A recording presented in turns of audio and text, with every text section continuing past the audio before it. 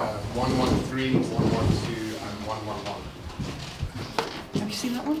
I haven't seen that. So which one? Oh, I love that. I think that's wonderful.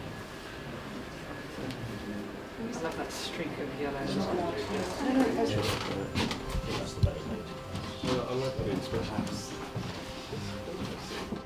The most exciting thing in the world is to spot talent, but also to be able to say that to somebody else.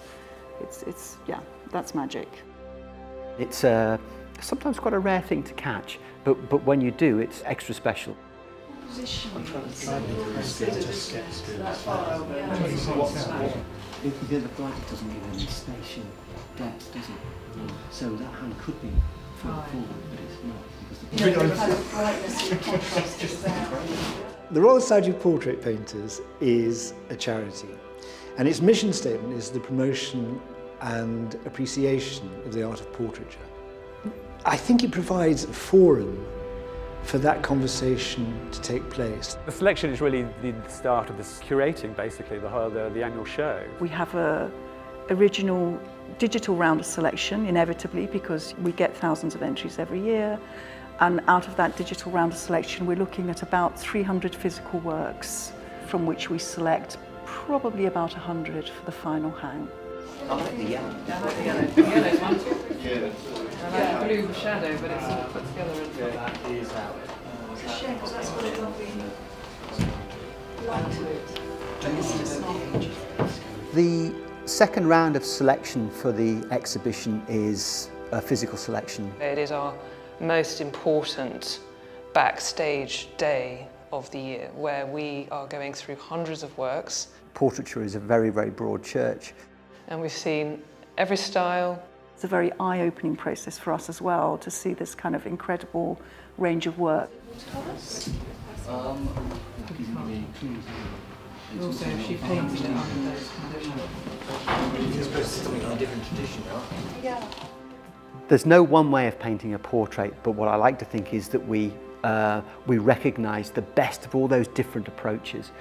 Also, you sort of see artists you've not seen before, and young, emerging kind of artists. And so to have the work come in with members of the society to judge it, it just adds a layer of uniqueness.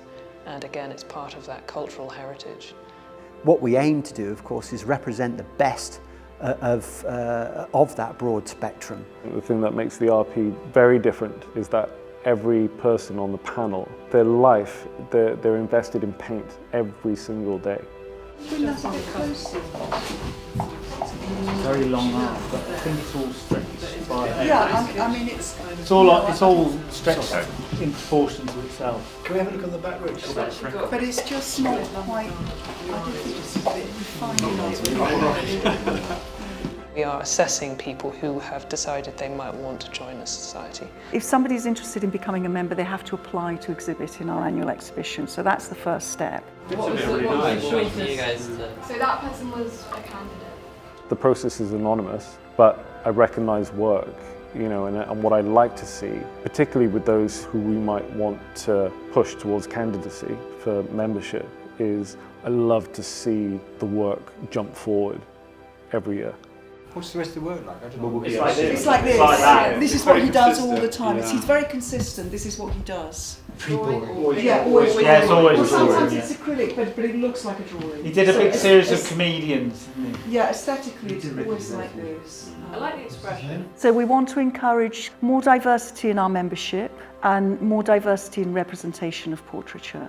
It is an enormously important part of today's process. Very exciting to see all of this work and consider what we might have on a regular basis from one artist who might become a member. The most important goals was the idea that you could be part of a community. Once somebody's been on the candidates list, they're very much on our radar. We're not just custodians of this kind of genre where we should be looking to push portraiture forward constantly. On the right.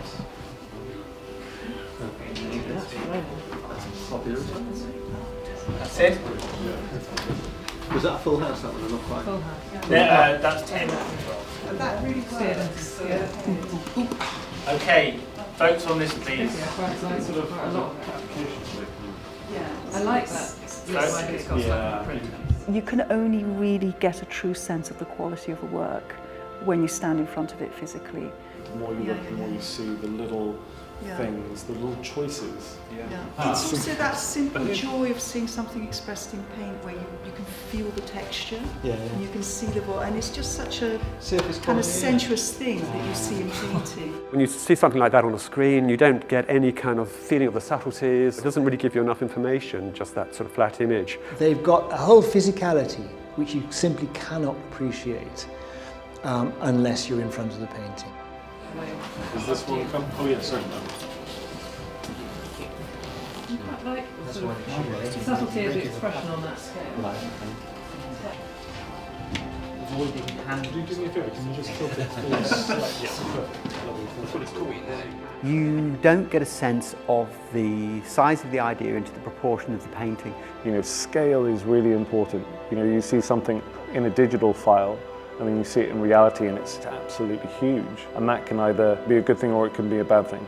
I kind of agree with Miriam actually, because I think when a picture is that large in the exhibition, that's going to be a massive statement. If that goes in the show, that's going to be you're going to see that from 200 yards. I feel that with the other one, but I prefer them both from a distance. And it's not, pictorially it's not holding together. Do you know what I mean? It's like So you will get sometimes quite large paintings that seem to be bigger than they need to be. At the same time, what can be rewarding is when you get quite small, precious paintings and you see them in the flesh. But as a complete contrast, we've got those two little ones at the back. I know. Because you couldn't get much further away in terms of scale. And the scale of the idea is much larger than the size of the painting itself. I think it's fantastic. Yes, But it's got plenty, I mean it really works from here and I quite enjoy it when it's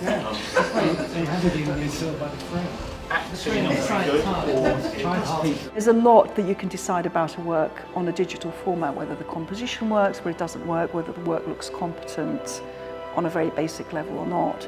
But then there's a kind of next layer of criticism really, which is to do with the quality of the painting. You're supposed to experience them at the size that they're created. And so seeing them in the flesh, you're able to see them as the artist intended, and you get that sense of presence from them. Her gaze is so confident.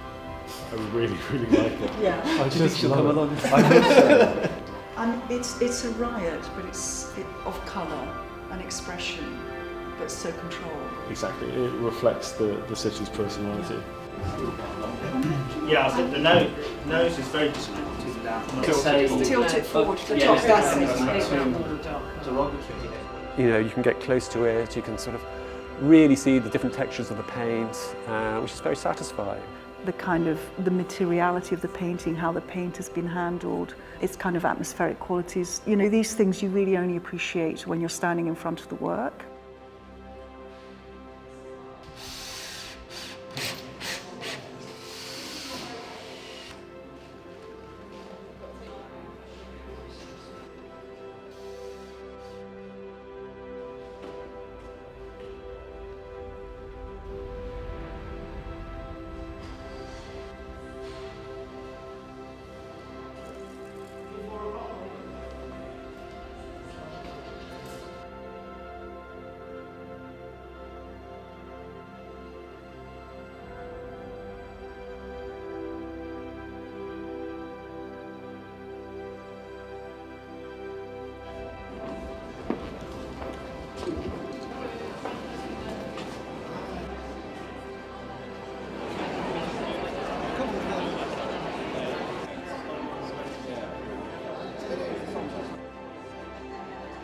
Good afternoon, ladies and gentlemen.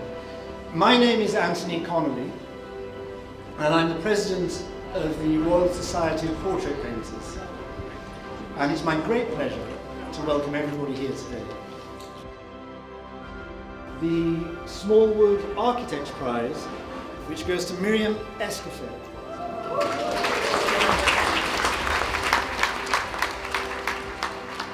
By Florence U. King. Florence.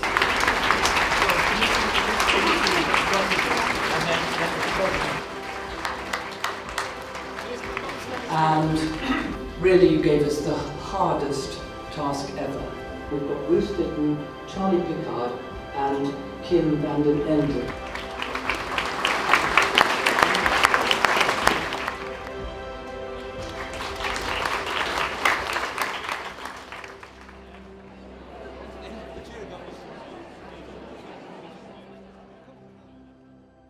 You know, you think about these paintings afterwards, because there's a person behind it.